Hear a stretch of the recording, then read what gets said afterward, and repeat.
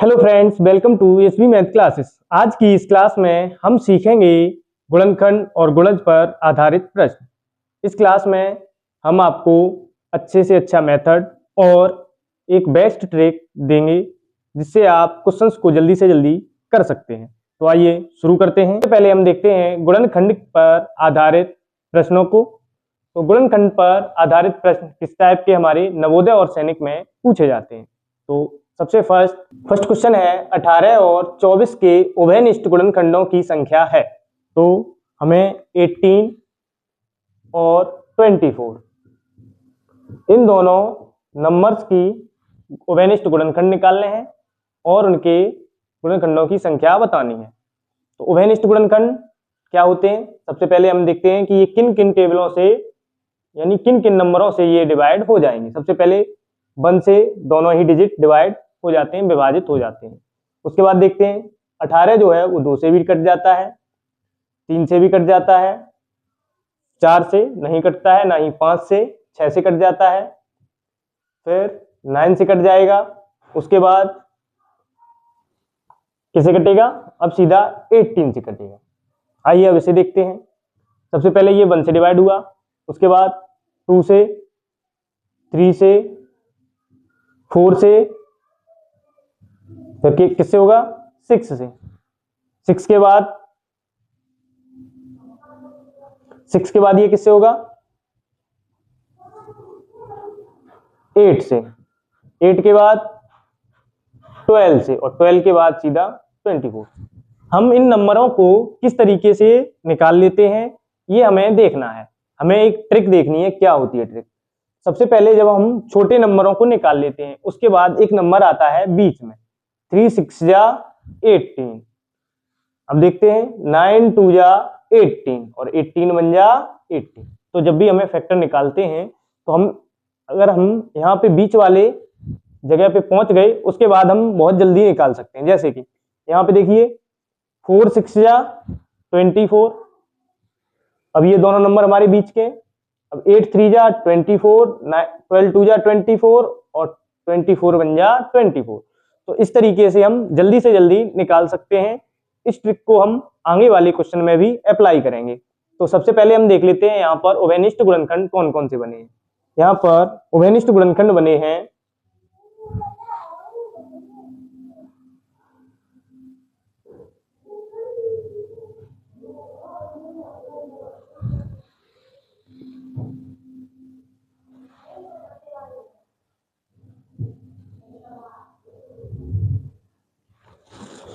तो सबसे पहले हम इनके उभयनिष्ठ गुणनखंड निकालेंगे और देखेंगे कौन कौन से उभयनिष्ठ गुणनखंड बनते हैं। तो यहाँ पर 1 2 3 ये तीनों ही नंबर मैच हो रहे हैं, 6 भी हमारा मैच हो रहा है।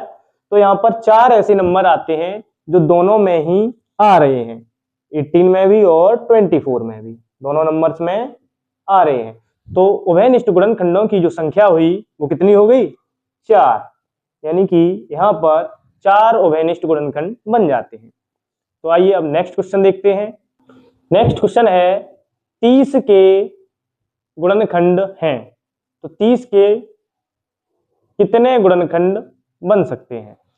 तो 30 के गुणनखंड, सबसे पहले हमें 30 के गुणनखंड निकालने हैं।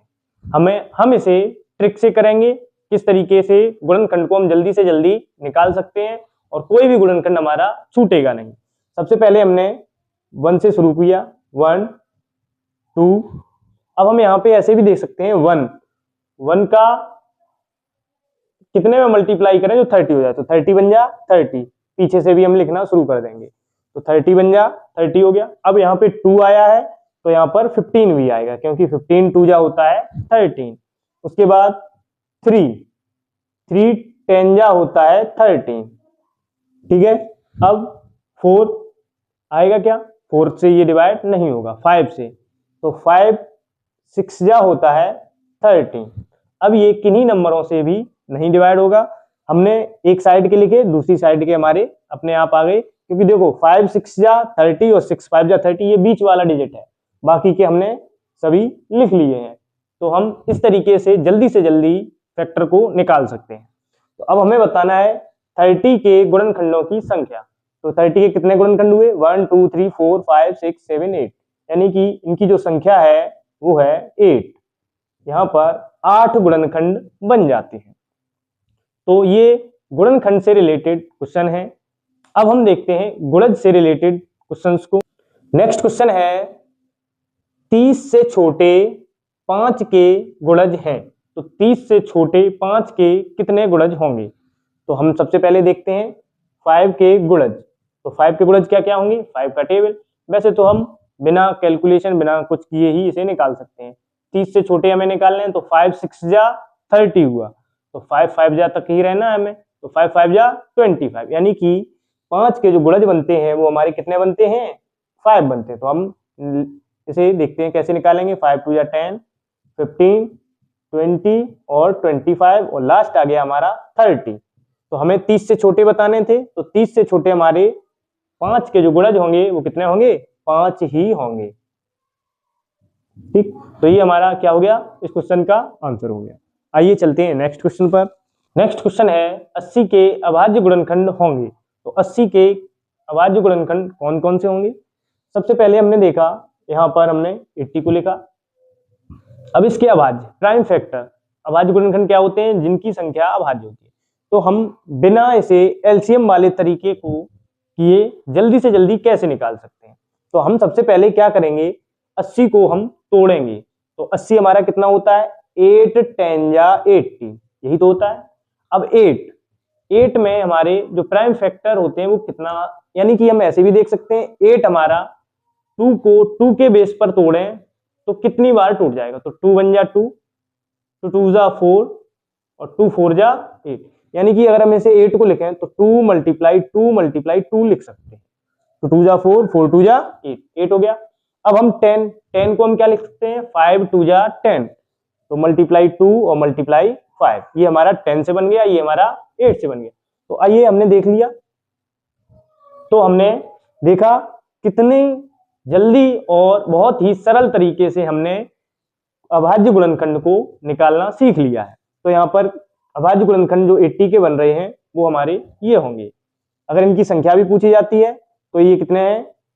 3 4 और 5 हमारे इनके अभाज्य गुणनखंड हो जाते हैं। तो इस तरीके से हम अभाज्य गुणनखंड को निकाल सकते हैं।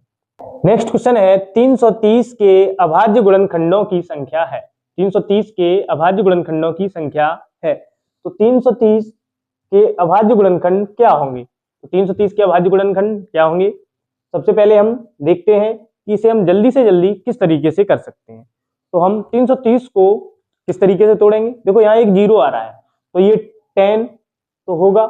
अब 33 को हम लिख सकते हैं 33 10 जा हो गया, इतना हमने तोड़ लिया। अब 33 को हम क्या लिख सकते हैं? अगर हम 33 से, अब देखो 10 से हम निकाल सकते हैं 2 मल्टीप्लाई 5, तो 2 हमारा आगे आ गया। अब 33 क्या होता है? 11 3 जा 33, यही तो होता है। तो यहां से हमने 2 ले लिया, फिर 3 ले लिया, इधर 5 और लास्ट में 11, तो हमारा बन गया अभाज्य गुणनखंड। तो अब हमने देखा कि हमने ये अभाज्य गुणनखंड निकाल लिए हैं। अब इनकी हमसे संख्या पूछी गई, तो संख्या कितनी होगी? 1 2 3 4, यानी कि जो अभाज्य गुणनखंड है वो कितने हैं? 4 है। तो इस तरीके से हम इन क्वेश्चंस को करते हैं।